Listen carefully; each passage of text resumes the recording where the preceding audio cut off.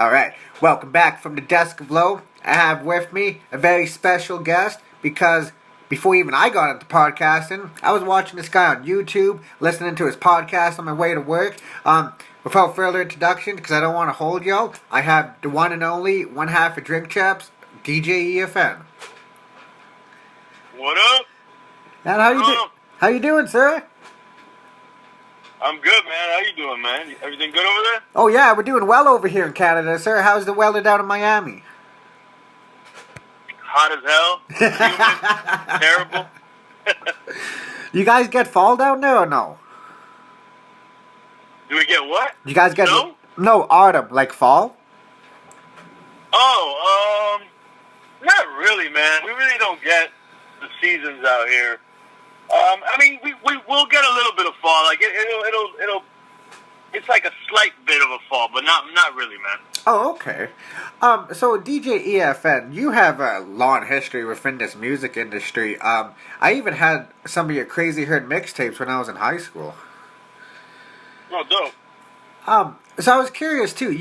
Is it true that you really have 42 volumes of Crazy Herd mixtapes? I mean, I probably have more, to be quite honest with you, but yeah, for sure. I mean, definitely 42, if not more. Because there was a lot of offshoot mixtapes that I did that weren't a part of my regular volume series, and I also had like part 1 and 2 of one volume, so it'd be like, volume whatever, part 1, and the same volume, part 2, Oh, so it's like kind of like a saga. Yeah, exactly. The reason why I brought that up too, because you actually got to attend the Mixtape Awards, the Justo Awards. I was wondering if you can give a little bit of experience, because that's something that will never be around ever again. Right. Yeah, man. I mean, rest in peace to Justo, who passed away. He was a big advocate for the mixtape community, and the main hub for hip hop and for mixtapes, was always like, in the northeast of the United States, so New York area. New York was really like running things, so it was a big deal for someone like Justo to reach out to a mixtape DJ out in Miami, Florida, and eventually nominate me, which is kind of funny because I ended up winning an award for New Mixtape DJ of the Year, but I had already been, making mixtapes for years in the South, so, but nonetheless, I really appreciated it and acknowledgement, and it was just dope, man, to go to a venue, and I'm not gonna lie, it was hood as shit, like, it was a mixtape award, like, what do you expect, the streets were there, but, yeah, to see, like, legends like K. Slay and Tony Touch, and all the artists that came out to support the mixtape culture and DJs, was really just super dope, and there was a really great vibe in there. I mean, you even had legends like Grandmaster Flash in the building. I mean, it was just really dope. Yeah, because, like, would you consider that, like the street Grammys for mixtapes? Because, man, like, I can only imagine if Justo was still with us to this day, what that would have been. Oh, for sure, man. Like, for example, the year I won was the year that I think they also gave an award to 50 Cent, and that was when he was on his big, mixtape run, which was a big deal for his career at that point. So I think it just said a lot, later on what those careers turned into, of someone like a 50 Cent for that award to have happened and him got an award that year and the same year I got an award. It definitely was like the ghetto Grammys for sure. But it was like that award. I have that award. I always have it up in my office wherever I move, and it's a hood looking award. It looks actually like a boombox type of feel. If someone made a speaker box for their car, and they, out of the wood, and they put the little carpeting around it and all that stuff. Yeah. Like, that's the vibe the award has, that plaque, because it actually was handmade, and it looks hood as shit. But to me, that's like my like my biggest, like the award that I really love to showcase more than any other award. Well, also that's a piece of hip hop history as well. For sure, man. Is it heavy? I was gonna ask. It's not light, but yeah, it's a little heavy, man. It's funny, man. It's a funny looking award, but it's super dope, man. Okay. So I was curious too. Back in that time too, with the mixtape too, do you have like any of your old mixtapes just like laying around the office and you just pick up from time to time? It's like, damn, I still have this. Oh hell yeah, I have shit. Not only do I have my mixtapes, most of them, if not all of them, and I have the masters for most of them, if not all of them. I have, pretty much almost everything I've collected over the years from when I was a kid. I have a lot of my old collection of cassette tapes and Oh wow. and vinyl that I had when I was a kid. Not to mention, I still have like over 20,000 pieces of vinyl between my home and my office because I had to spread it out once I started having children. So yeah, I really I'm one of those people that kept a lot of things and kind of hoarded a lot of this stuff that I felt was a part of like hip hop history, whether it was local history for me in Miami, which I have a lot of stuff that I consider that, and then just stuff that I knew was a part of hip hop history in general. I definitely kept a lot of that stuff around, including my mixtapes. Okay. Well, it's good to know that you hold on to things like that because, like, you never know what something may be worth, and like just to have it, it's like I'm never selling this because like has sentimental values, but the worth on it could be crazy though. For sure, and I'll tell you what's really gratifying is as of recently, I've been getting people reaching out to me from universities or even from like the hip hop museum that they're trying to build in New York. Or not trying, they're going to build it, they're building it. And, people are reaching out to me and they're talking about, preserving my archive and digitizing it and having me be a part of these things through my archives as well. So it makes me feel really good that I kept a lot of this stuff and I feel it is history. What do you take on vinyl making a comeback too? Because I noticed that I seen an article that vinyl is going to outsell CDs for the first time in like 20 years or something like that. I seen. Yeah, I mean, I feel like that's kind of like what's the word I'm looking for? Like it's easy to say that because the regular consumer isn't buying physical music anymore. So of course, vinyl will outsell CDs just naturally because the people who are buying vinyls are like the collectors and DJs that might still use vinyl. It just seems more novelty item. And when you have vinyl selling in like some of these retail stores, like Urban Outfitters and stuff like that in malls, I could see vinyl outselling CDs. But I mean, I think it's dope. It's been over the years. I've heard that a lot over the years. Where vinyl made a comeback and then, it kind of, went away again and then it made a comeback again. I just think vinyl will always be here in some shape or form and you can never take away from the experience of listening to music through a record player and vinyl. Yeah, because for the people who never listen to an actual vinyl, it has a totally different sound than digital. Yeah, man, it has a different warmth and you want to hear those little crisps and clicks from the dust on the vinyl. Like that's a part of the experience and a part of listening to the music. Yeah, that's very true too. And also, like some of the vinyls too only have songs you can only get on vinyl. I noticed that with the wave of vinyls coming back too, like especially with the Griselda movement. Oh yeah, man, and that is very reminiscent of back in the days when you would get vinyl, like get singles, and you would be able to either be the only person with an instrumental or an extended version or some different kind of version of a track or a B-side. And yeah, they're doing that now as well. And that was also cool with maxi singles on cassette. I don't know if you remember those. Oh, yes, sir. I have a bunch of those that had a bunch of stuff that never got released. I mean, it eventually, it got put out into the matrix, but into the, internet matrix. But back then, you couldn't find that stuff but just on those maxi singles. Yeah, that's very true because, like, even, like, as time went on too, they even started putting those little maxi singles in like certain DVDs. Because I remember with the game, they had that track with Mr. Porter to the Wheels Fall Off, and you could only get that on CD. Yep. So EFN, you come from college radio, if I have my facts straight. I don't necessarily come from college radio. I did it because when I did college radio, I didn't even attend that university, so I don't feel like I can rightfully say I come from that. I actually come more from pirate radio. Okay.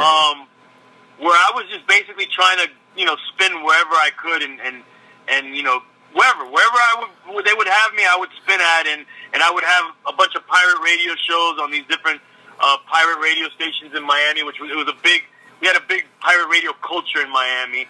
And then I got we had like a famous college radio show called the Hip Hop Shop at University of Miami radio station. And I remember one year, they were around for several years, and it was, like I said, it was something that a lot of people knew in Miami. And I had the opportunity, or I think I deboed my way into that opportunity. I kind of told them, like, hey, I'll come in here, I'll bring my turntables, because they didn't have like a DJ setup, and I'll spin, every week or whatever. I forgot how often I did it, but they were like, cool, go ahead and do it. And me and my crew would roll up there and set up shop and take over the show. Did you ever have to like borrow somebody else's vinyls too while doing shows, or did you always just brought your own? Nah, I always brought my own vinyl. I was the guy always kind of helping other DJs out and letting them use either my equipment or my vinyl. I'd even let a lot of cats record mixtapes at my crib, because at one point I couldn't afford turntables or vinyl when I was younger.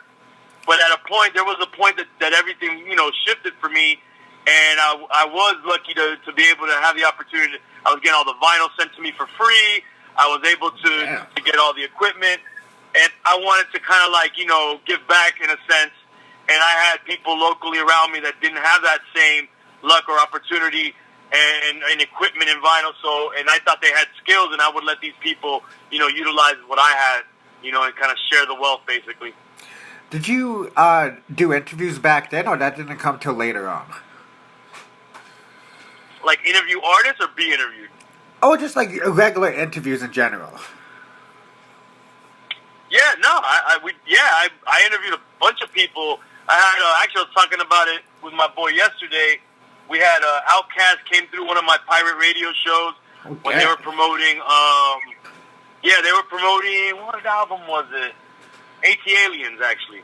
Oh wow! Classic. And they came by there, and I have a couple cool photos from that, and we had, we definitely have a bunch of artists that would come by, because in that era of Miami, especially in the era of radio, commercial radio didn't play hip hop or didn't really support hip hop that much. So the default for the labels when they were doing their promo runs was to hit up the mixtape DJs and the pirate and college radio DJs, and I was luckily both or all of them, Yeah. So I would have these artists come by my shows and do a bunch of stuff for me, and of course I would always have local artists as well. Oh yeah, most definitely too. You can't start off big. Yeah. Wow, you got to interview Outkast early on. Wow, that's. Did you ever think that? Yeah. Did you ever think like this would be a part of your daily life, like interviewing like some of the biggest names in hip hop, like later on down the line, or did you know this was gonna happen? Nah, I didn't know it was gonna happen at all, man. Like, I didn't necessarily see myself in this role. To be honest, I was always trying to be the behind the scenes person in a lot of ways. Like, that's why I even chose to be a DJ.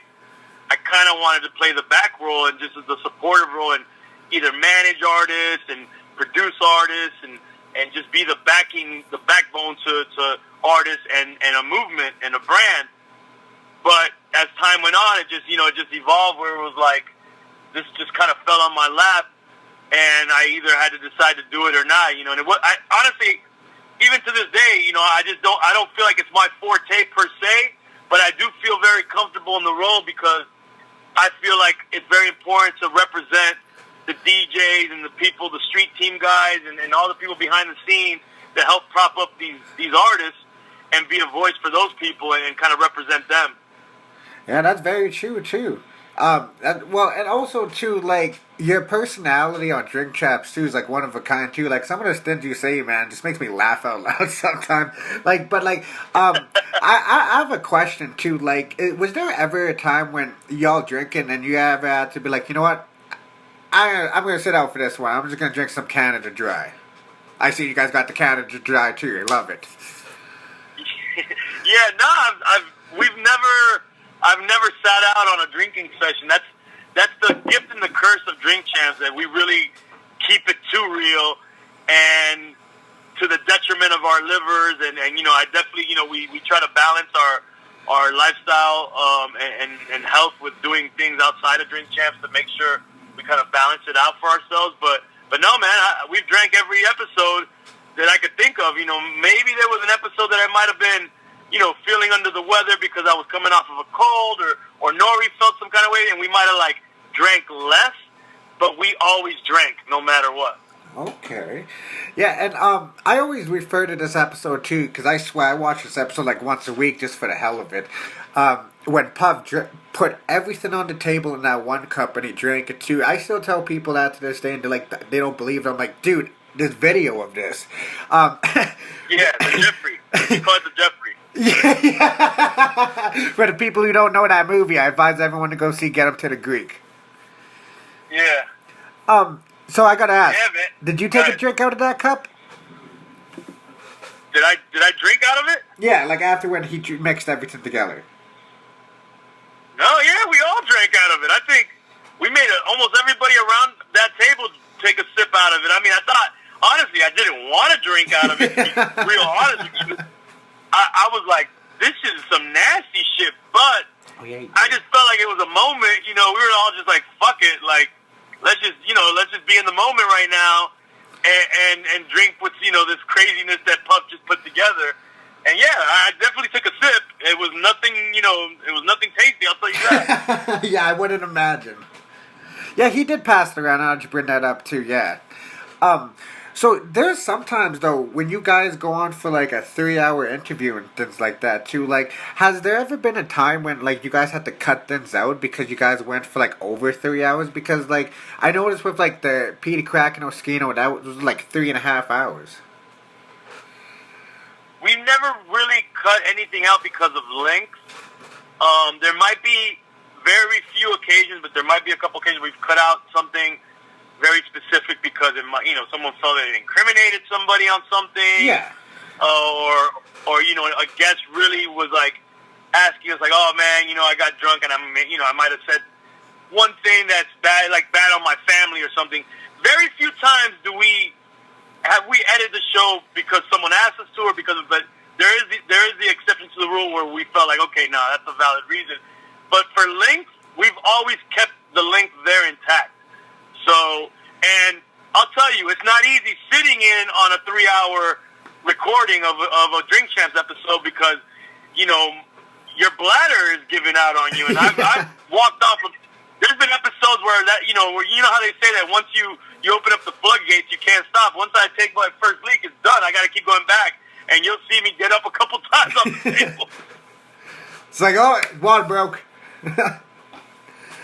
Yeah, man. And, there's been some that have dragged on so long that I just had to end it. I'm all right, man, this is over, man. We're going to go on all day. Yeah, we could sometimes. I mean, once Nori gets drunk and we're all kind of tipsy and there's a lot of, they're smoking. And I don't smoke, so they're all just chilling there smoking. So, it could drag on the whole day, for real.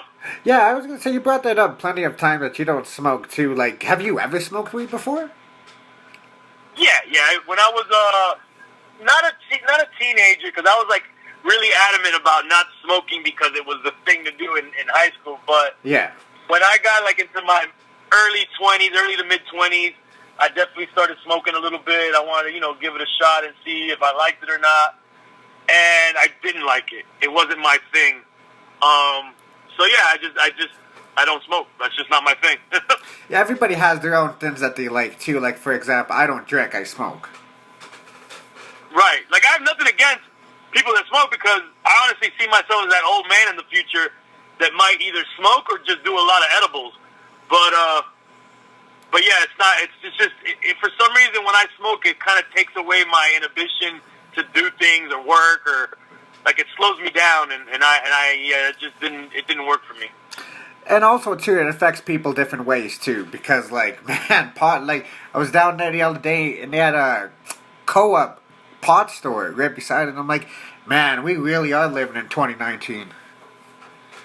Yeah, for sure, man. I mean, and look, just because I don't smoke doesn't mean I don't see, the benefits in doing business in that world, or that I have, like I said, I don't have an issue with anybody that does. So, we're definitely pushing the Smoke Champs brand, and I'm a big part of that. I'm part owner of it, obviously. So I'm pushing Smoke Champs like I smoke, I love the name too, Smoke Champs. It's a good playoff. Thanks. So, did you have any favorite episodes that you guys did before the Revolt deal too? Because like watching you guys come up, like I'm a fan before anything though. So, like when I seen like the very first episode when you guys did Fat Joe, when you guys tell classic DMX stories and things like that, like do you have like a particular favorite interview that you always like? Damn, I love that one. Oh, I'm gonna give you two, and the reason I'm gonna give you two is because I always say that one of my favorite episodes, or my favorite episode, is 50 Cent, because it was just such a fun episode and very unexpected that it would be so much fun. But I say that in every interview, and one of my friends is like, man, you always say 50 Cent, you got to start saying another episode. I was like, well, if that's my favorite, it's my favorite, Yeah, like obviously 50 Cent's the favorite one. Like you're not gonna change your opinion because somebody else says so. Right, but I will tell you that like the KRS-One episode was another one of my real favorite episodes. Oh, that's the father of hip hop right there. Yeah, man. Yeah, and it was dope to be able to show him that tennis ball that everybody laughed at me for having. But again, like I said, I'm a hip hop hoarder in that sense, and that was a piece of history. And I thought it was cool to be able to like fast forward, in the future and show it to him. Do you ever get like a lot of like your vinyl pieces signed by them after you guys finish up the interview or even before? Because like you're a fan obviously of the music too. Right. Yeah, you know what, man? I am an asshole for not doing that. I don't do that. I have some friends sometimes that show up that they have a lot of stuff and they get it signed. And for some reason, I don't bring any of my stuff to get signed. I've only had I only think maybe one thing signed.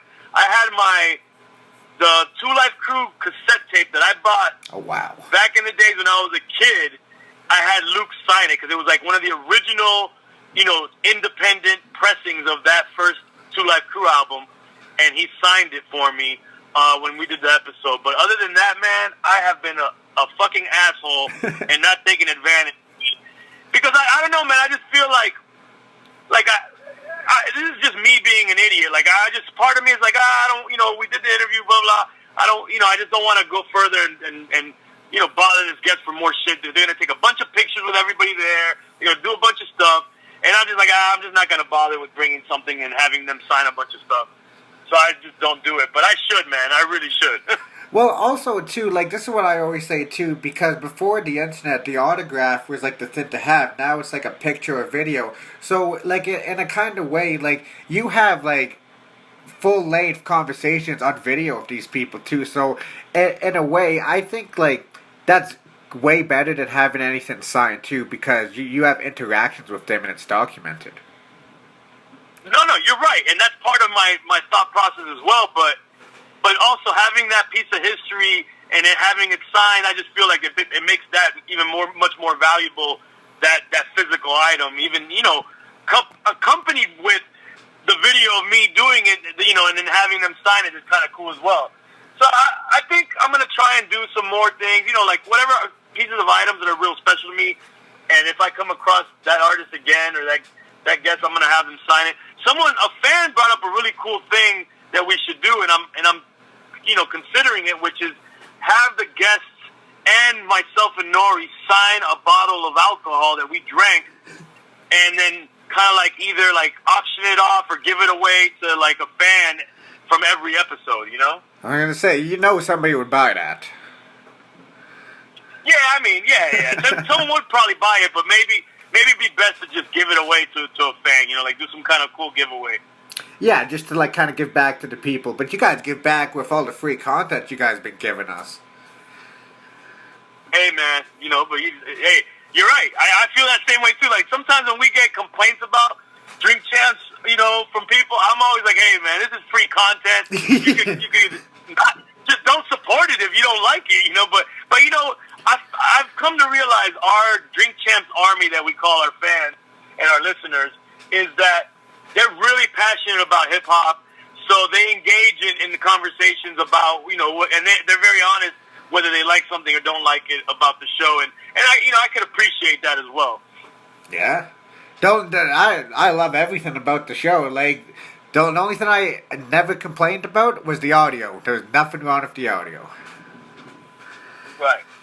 Oh, yeah. Sorry, I don't. There is something wrong. No, like when I listen to it, like on iTunes, like there's like it's crystal clear. Yeah. Like it sounds like I'm in the room. Oh, dope. Okay, perfect. Because Glad to hear that. because if you hear like like sometimes you listen to like a radio show like over the iPhone app and it just doesn't sound the same. Like some podcasts have better audio than the actual radio shows that are sponsored by people. But not to say you guys ain't sponsored because you guys are with Revolt. Right. Well, Revolt, the audio you listen to actually isn't the audio that Revolt records when they do the TV show. That audio you're listening to is our separate audio recording that's being recorded by Hazardous Sounds, our engineer. Oh, okay. So that's why there's like okay. So that makes a lot of sense because like from the actual TV to the audio version too, it's like okay. See me, I just thought Yeah, because we're so you see the mics in front of us on the table. Those are the Rode mics. That's what you're listening to. When it's on the television version, they actually mic us up and they're picking up separate audio that's being used for that edit. And like, have you ever sat down on like one of the editing sessions? Because I noticed like the camera angles too, like they switch throughout the actual interviews. I don't sit down on the edits. I mean, to be another thing, honestly, man, I don't even go back and watch or listen to any of the episodes. I mean, I've maybe a handful I have. Yeah. But my whole thing is, who wants to listen to themselves drunk anyway? So if I listen to myself drunk, I might second guess myself in the future. So I just say, you know what, I lived it, I was there, and I see the clips that we post up, obviously, in the photos, but that's enough for me, man. I really don't go back and listen. Yeah, like you definitely don't sit down there for the whole 3-hour Petey Crack interview and just really listen to it. I couldn't imagine doing that for myself either, so I fully understand. Right. Yeah. So, EFN too, I won't take up most of your time too. I have 2 more questions and I'll let you go. For you having Crazy Hood Productions too, I was curious if you have any artists signed or if you're still doing that. Yeah, no, Crazy Hood is still the company, man. Crazy Hood Productions is my company. We still have our artists that we've had signed forever with us, which is Heckler, Garcia, this group called The Alliance, The All. And the artists aren't as active as we used to be in our heydays of doing it, but they still record, they still put out content. They were on my last album that I released in 2015 called Another Time. So, and I'm always kind of like looking for artists. I kind of left the artist management and producing side of things for a minute because that's something that you have to invest a lot of time in. Yeah. I managed, as of recently, I was managing also a group called Mayday that signed to Tech 9 to Strange Music. So I was doing that for a long time, and I recently stopped managing them, but I'm still like a part of, we're all still friends and work together and stuff like that. But yeah, that's pretty much it, man. Don't have any new artists or any artists that are really, really currently working a lot. But I am looking for new artists. But again, I'm like, the artist has to blow me away for me to really want to work with them because I just have so much on my plate right now that it takes a lot of investment, time investment to work with a new artist and put them out through your label. Well, also too, I understand too that in a lot of times you describe it as a passion project. Yeah. No, what my album? Yes, sir. Yeah, Another Time was a total passion project. And I'm very proud of that project, and I just feel like if someone hears that album and they can kind of basically take away everything that encompasses DJ EFN and Crazy Hood Productions.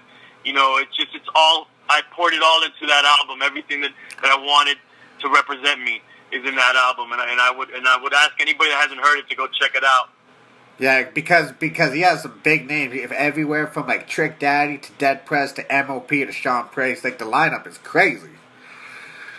Yeah, appreciate it, man. Thank you. Yeah, right. And got production from Premiere on there. Buck Wild. Yeah, it's nuts, man.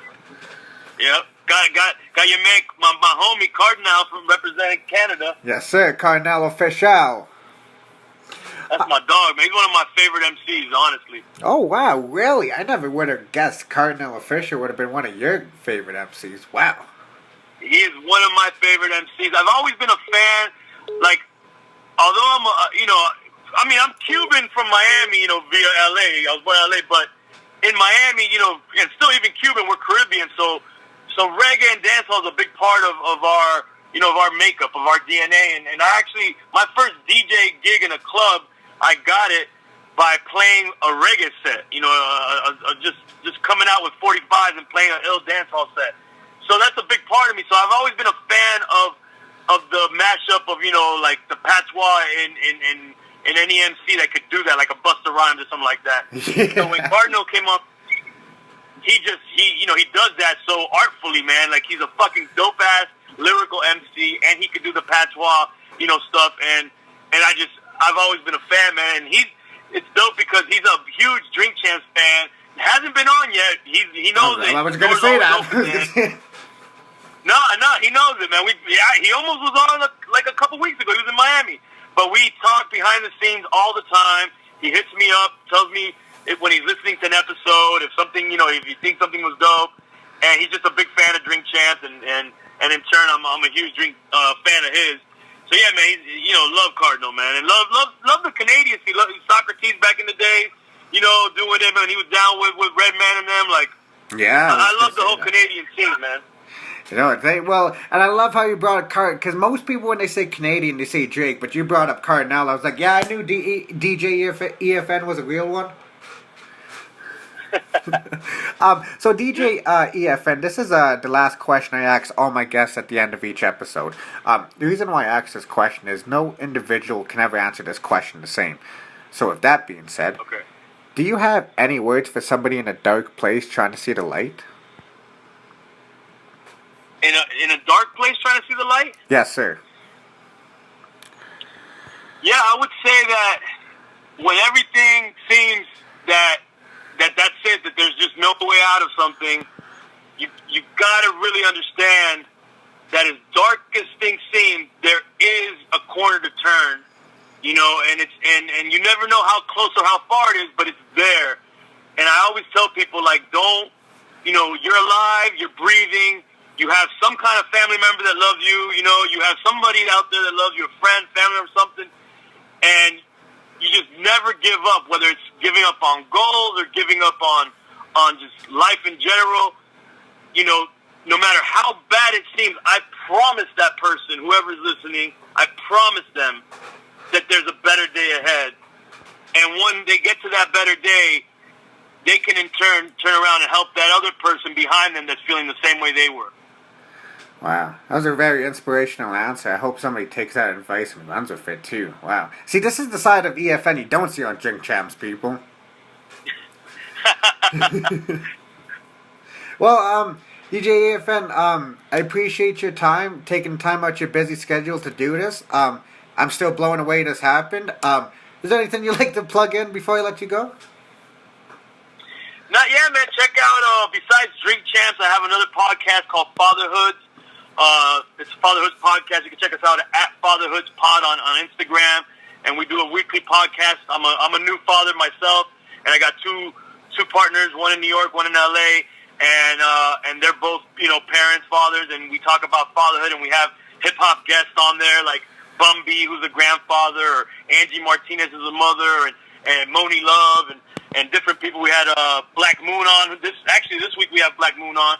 And we talk about parenting from a hip hop perspective, because we feel that hip hop we don't talk about that side of our lives, and I feel like we should, and we try to just walk ourselves through being parents and fathers, and like I said, from a hip hop perspective. So check that out. Check out crazyhood.com where you can find everything Crazy Hood. Colombian White is an alcohol that I got that I'm a part of. You could check that out at buycolombianwhite.com.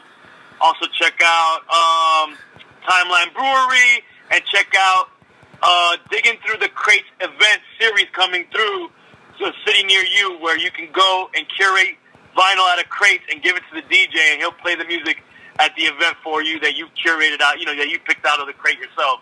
So I'm doing a bunch of stuff, and I just want a lot of people to check out these different things.